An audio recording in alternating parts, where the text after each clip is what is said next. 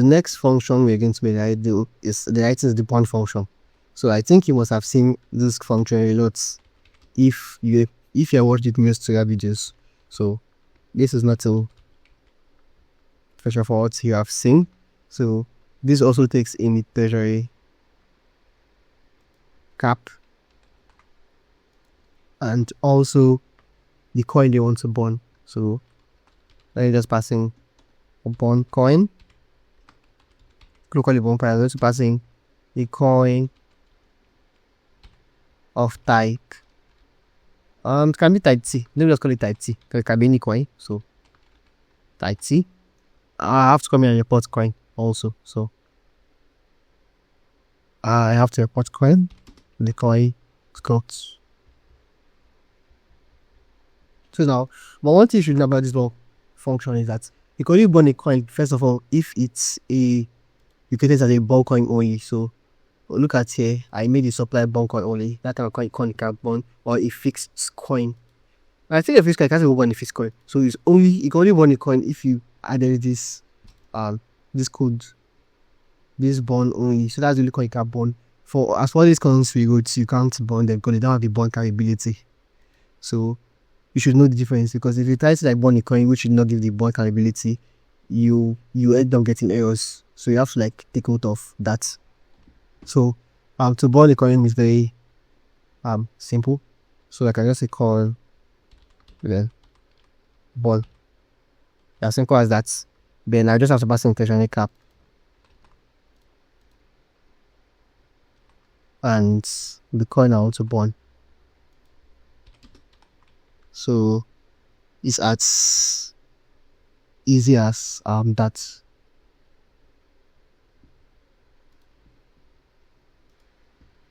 Okay. I think I'm getting an error. So the coin I was supposed to pass in is going to be of type T2. So they all have to be of the same type. So that's it for the bonding coin function. Okay. Well, this will be bond this coin now. It's if you use the new way to create a coin, which is the coin ready to create a coin. In the previous tutorial video where I created the bond coin, I talked about the characters to bond the coins. You can go back and watch that previous tutorial video. This video is coming very long, so I will not talk about it. So this is like you can bond the coin via the currency. So if you had created your coin using this, you can also bond the coin. So let me just copy this here and just paste it. So let me just copy this here. So you can bond your coin like this.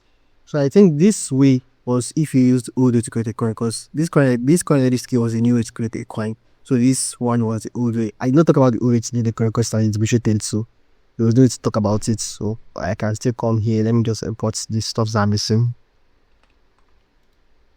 And we're going to just make this type T.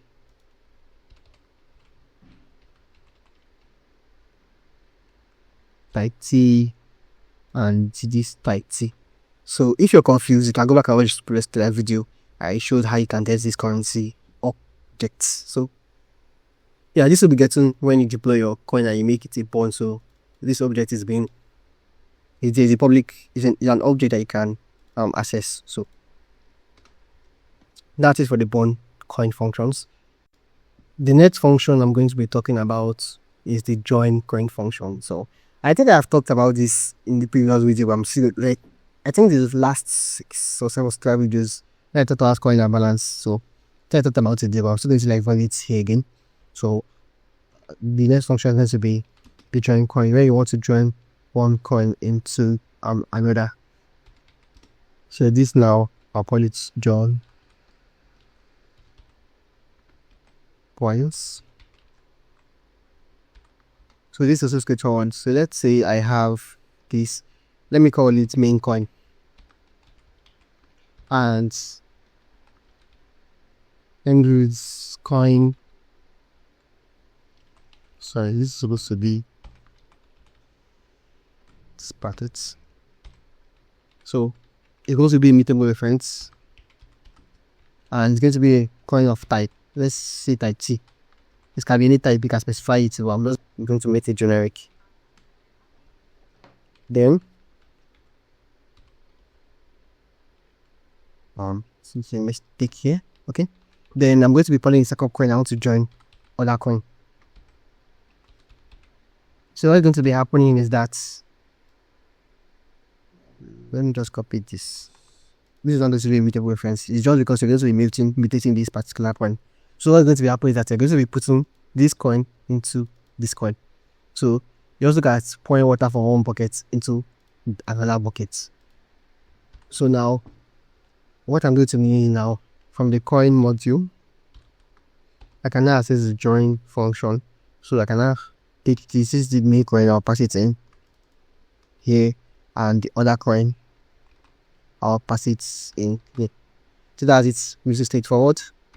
The next function I'm going to be talking about is the split coin function. So I have one coin and I'll split from it. I'll like bring out more coins out of that coin.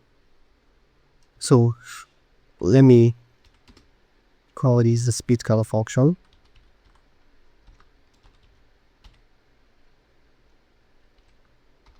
And now first of all, let me take in this first one. Let's call this main coin, and it has to be a mutable reference of a coin of type T. So we're going to be using generics here. So type T, and I'm going to be putting the split amount. That's the amount I want to like remove from the coin. So split amount, and it's going to be of type U64.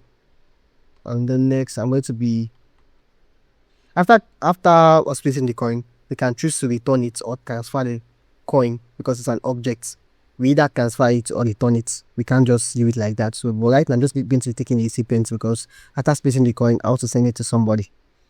Or I can just send it to myself back, but I will send it to recipients. And I want to parcel subcx, and that's going to be a mutable reference also of text context.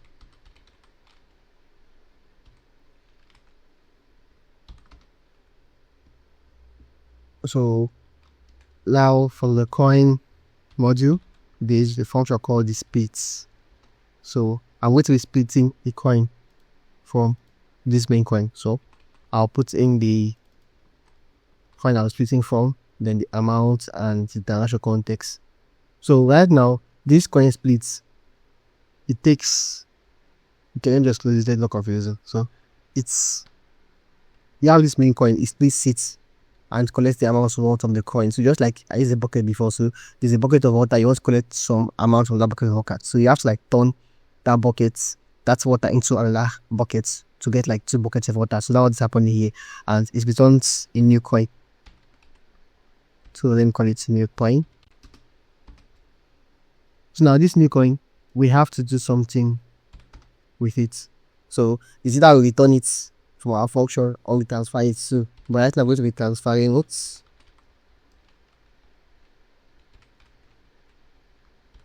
And public